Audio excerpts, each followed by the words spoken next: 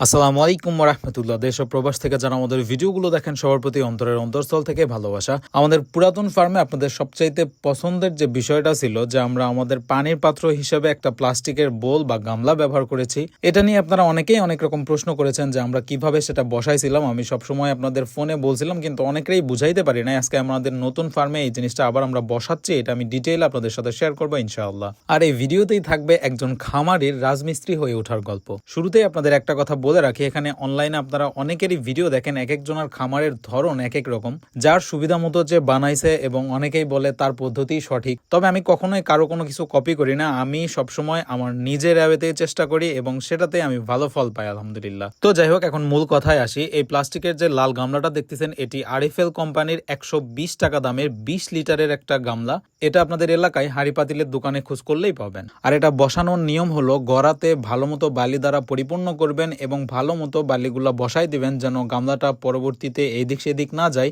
এর পরবর্তীতে আপনি ঢালাই দিতে পারেন, এতে আপনার গামলাটা আরো পরিপক্কভাবে থাকবে। আমরা এর আগেও ঢালাই দিছিলাম, এবারও দিলাম, যাতে গামলাটা সাইডে না যায় বা অনেক বেশি পরিপক্ক হয়। আর আপনারা হয়তো এ পর্যন্ত ভিডিওতে দেখছেন আমি সবসময় এই কাজগুলো করে নেওয়ার সময় নিজের সাথে থাকি, কারণ আমার কাজ আমি সবসময় পছন্দ মতোই করে নিই এবং সবসময় চেষ্টা করি যাতে এটা অনেক বেশি টেকসই হয় এবং আমার মন মতো হয়। এজন্য আমি সবসময় এই কাজগুলোতে নিজে থাকার চেষ্টা করি এবং নিজের হাতে করার চেষ্টা করি। ভিডিওতে আমি সম্পূর্ণ প্রসেসটাই আপনাদের দেখালাম। এরপরও যদি আপনারা বুঝতে না পারেন, আপনারা যখন কাজটা করাবেন তখন মিস্ত্রিদের এই ভিডিওটা দেখাইলে হয়তো তারা বুঝতে পারবে। আপনারা কল করলে ইনশাআল্লাহ আমি খুব সুন্দর মতোই বুঝাই দিব। আর আরেকটা কথা না বললেই না, অনেকেই বলেন যে এটা নাকি ডাইনিং টেবিল সিস্টেম। আসলে ভাই, একটা গরুর খাইতে সুবিধা হয় যেটাতে সেটাতেই দিতে হবে। আপনি যেভাবে করতে চান সেটা করতে পারেন, কিন্তু আমি যেটা করছি বা আপনারা এই বিষয়টা জানতে চাইছেন দেখে আমি আপনাদের জানাইলাম। যদি আমাদের এই পদ্ধতি আপনাদের ভালো না লাগে তাহলে আপনারা নিজেরটাই করবেন এবং নিজেরটা করাই বেস্ট, কারণ আপনি গরুকে খাওয়াবেন, কিভাবে খাওয়ালে আপনার সুবিধা হবে সেটা আপনিই ভালো বলতে পারবেন। তো এবার আসি আমার রাজমিস্ত্রি হয়ে ওঠার গল্পে। আমাদের ফার্মের কাজ শুরু হয়েছিল প্রায় 1 মাস আগে, এখন পর্যন্ত শেষ করতে পারি নাই। তো চাচ্ছিলাম যে কালকের মধ্যে যেন কাজটা আমরা শেষ করতেই পারি। তো বেশ কিছু কাজই বাকি ছিল যেগুলো কালকে শেষ হবে না, তো আমি চাচ্ছিলাম যে কালকেই শেষ করব। এর জন্য আমি 2টা পিলার প্লাস্টারের নিয়ত নিই এবং আমি চেষ্টা করতেছিলাম যাতে কাজটা একটু খারাপ হইলেও আমার কাজটা কালকে শেষ হয়। সত্যি বলতে কোন একটা কাজে যদি আপনার কনফিডেন্স থাকে সেখানে আপনি সফল হবেনই। আমি আগে পরে কখনো এই কাজগুলো করি নাই, কিন্তু এবার ফার্মে মিস্ত্রি লাগার পরে যেহেতু মিস্ত্রি কম, একজন করে আসে, আমি সবসময় তাদের সাথে থাকতাম এবং চেষ্টা করতাম টুকটাক একটু শিখার এবং তাদের হেল্প করার। তো নতুন নতুন কাজ শিখতে বরাবরই আমার ভালো লাগে। আমি সবসময় একটা থিওরি মেনটেন করি বা আমার মাথায় সবসময় এই জিনিসটা থাকে, বা আমি অনেকরে এই কথাটা বলি যে যেই কাজই করবা খুব মনোযোগ দিয়ে করবা। ধরো তুমি গেম খেলতেছো, সেই গেমটাও এমন ভাবে খেলবা যেন সেই গেমে তোমার পজিশন সবার উপরে থাকে।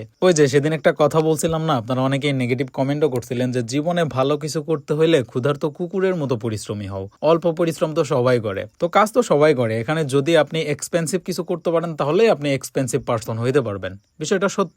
হয়তো আপনারা ক্ষুধার্ত কুকুরে কখনো দেখেন না। একটা ক্ষুধার্ত কুকুর তার ক্ষুধা নিবারণের জন্য যে কি পরিমাণে ছোটাছুটি করে, পরিশ্রম করে, সেটা যারা দেখছে তারাই বলতে পারবে। তো যাই হোক, এই পিলার 2টা কমপ্লিট করতে আমাদের দুপুর থেকে বৈকাল পর্যন্ত সময় লাগছিল। কিন্তু এখানে আমার সার্থকতা হলো যখন আব্বা বাইরে থেকে আসছে, আসার পর জিজ্ঞেস করে যে পিলার 2টা কে করছে। যখন শুনলো যে আমি করছি, তখন আমার বাবার মুখে ছোট্ট একটা হাসি দেখছিলাম, যেখানে আমার সার্থকতা ছিল। তবে সত্যি বলতে পিলার 2টা কিন্তু যথেষ্ট সুন্দর হয়েছে। আপনারা অবশ্যই রিভিউ দিবেন আর আমাদের নতুন খামারটা দেখতে কেমন হয়েছে সেটা সম্পর্কেও অবশ্যই বলবেন এবং আমাদের ভিডিও বেশি বেশি শেয়ার করেন। ভাই, মশার কামড়ে বসে ভিডিও এডিট করে পোস্ট করতেছি, এত কাজ করার পর ভিউ না হইলো ভাই খুবই কষ্ট লাগে। সবাই ভালো থাকবেন এবং আমার জন্যও দোয়া রাখবেন। আসসালামু আলাইকুম ওয়া রাহমাতুল্লাহ।